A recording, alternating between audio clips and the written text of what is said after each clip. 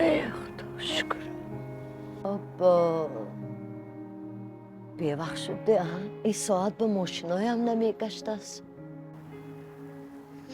و علیکم السلام. و علیکم السلام. برکه یویتون، برکه یویتون. های پسرم ایستید. خوله؟ پسرم همین من تو سری بلندی بدمونید. برکه یوید پسرم. گذارید. بچه جان همین دو سیتکن وزبی هم تو ماشینتان با گرام مونید. پیری ده بچم پیری. خوله شما به تاکسی در کرمی یا مردی کرمی؟ بچم تاکسی در کار بچه جان تاکسی. تاکسی باشد همه کاری خودش کند.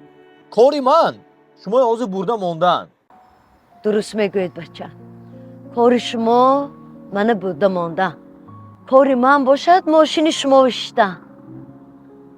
لیکن بچه کاری پدر و مادرتان باشد شما یه تربیه دادن.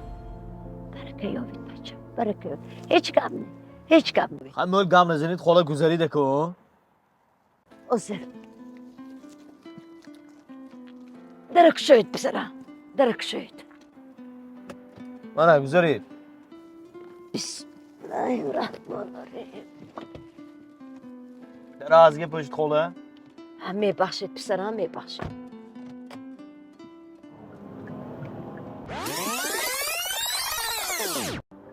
های پسرم ایستید برکه یابید بچه جان.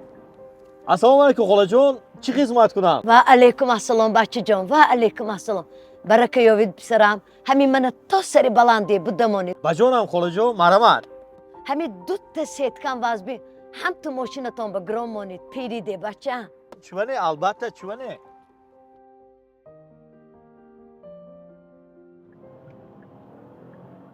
سلامت باشه. برکه یابید بچه جان. همون سیتکا همه میفروریده. البته. برکه یابید بچه.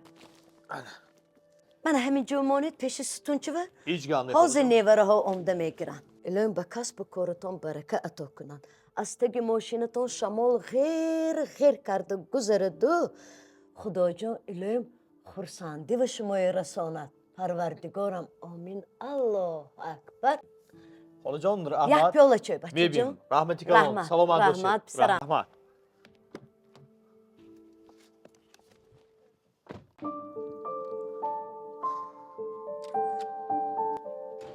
روز همه جای گذاشتیم روز.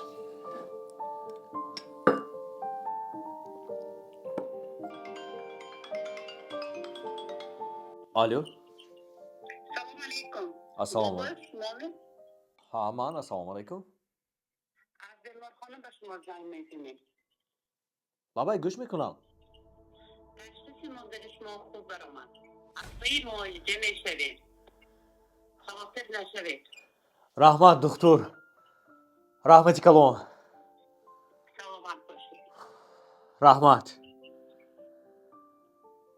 خدا را شکر. خدا را شکر. چی روزی با برار امروز. خدا جان الان خورسندی و شمای رساند. پروردگارم آمین. الله اکبر. فقط خورسند شوید.